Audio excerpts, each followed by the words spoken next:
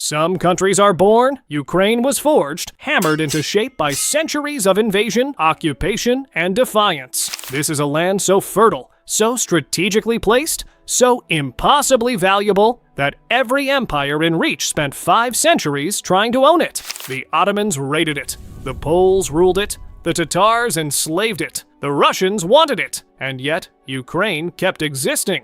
Welcome to 100 Years of Ukraine, Episode 1, the 1500s, a century where a nation without a state already had a soul. Let's start with geography, because in Ukraine's case, geography is not just destiny, it's a life sentence. To the north, the growing shadow of Muscovy. To the west, the vast Polish-Lithuanian Commonwealth. To the south, the Black Sea, the Crimean Khanate, and behind them, the full weight of the Ottoman Empire. And cutting through the middle of it all, the Great Steppe, the open grassland highway that every conqueror in history used to move east or west. In 1500, most of what we call Ukraine was divided. The western regions, Galicia, Volhynia, were under Polish-Lithuanian control. The central and eastern steppes were something else entirely. That gray zone had a name.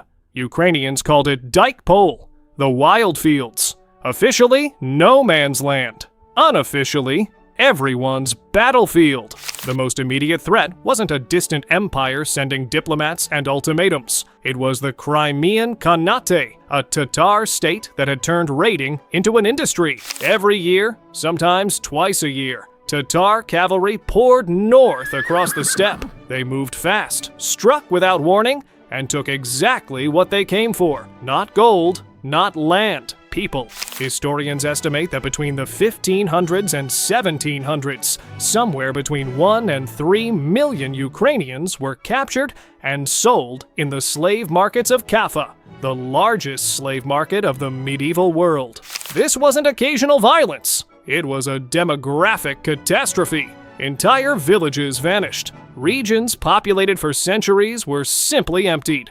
And the Khanate wasn't alone. It was a vassal of the Ottoman Empire, meaning behind every raid was the shadow of Constantinople.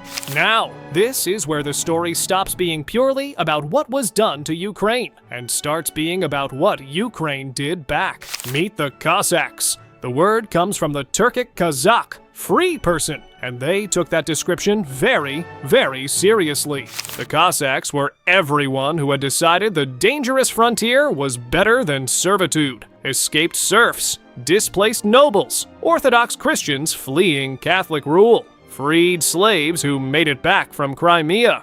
They built fortified settlements called Siches along the Dnipro River. The most legendary, the Zaporozhian Sich, built on an island in the middle of the river rapids, surrounded by water on all sides. The Zaporozhian Cossacks ran a military republic. They elected their leader, the Hetman, by vote. They made decisions by council. In a century of absolute monarchies, they were running something that looked dangerously like democracy. And they could fight in ways that terrified professional armies. Fast, mobile, comfortable in terrain that heavy cavalry couldn't navigate.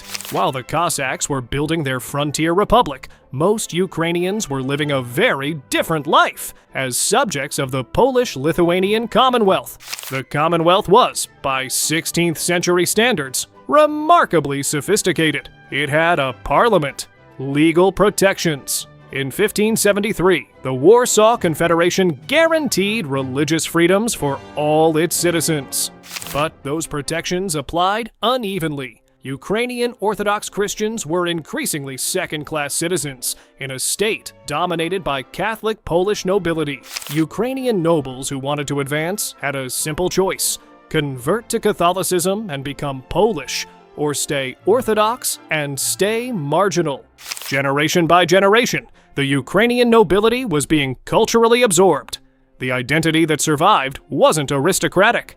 It was the church, the language, and the steppe. To understand the full pressure on Ukraine in the 1500s, you need to understand one event that shook all of Eastern Europe: the Ottoman expansion into the continent's heart. In 1526, at the Battle of Mohacs, Suleiman the Magnificent destroyed the Hungarian army in less than 2 hours. The kingdom that had served as Europe's eastern shield simply ceased to exist. The shockwave from Mohacs reached every court in Eastern Europe. If Hungary could fall in an afternoon, no one was safe, especially not the lands directly in the Ottomans' path. For Ukraine specifically, Mohacs meant one thing. The Crimean Khanate now had the full backing of the most powerful empire on earth, directly to its south. The Cossacks had a simple philosophy about existential threats. Don't wait for them to arrive. Go find them first. Cossack raiding fleets, using shallow riverboats called chaiki, began striking Ottoman and Tatar coastal settlements on the Black Sea. They raided Crimea. They hit Ottoman ports. They threatened Constantinople itself. This was a remarkable reversal. The same Black Sea that had carried enslaved Ukrainians south for generations was now carrying Cossack raiders in the opposite direction. Officially, the Polish crown disapproved. Unofficially, the Cossacks were doing exactly what the Commonwealth needed, keeping the southern frontier costly and contested.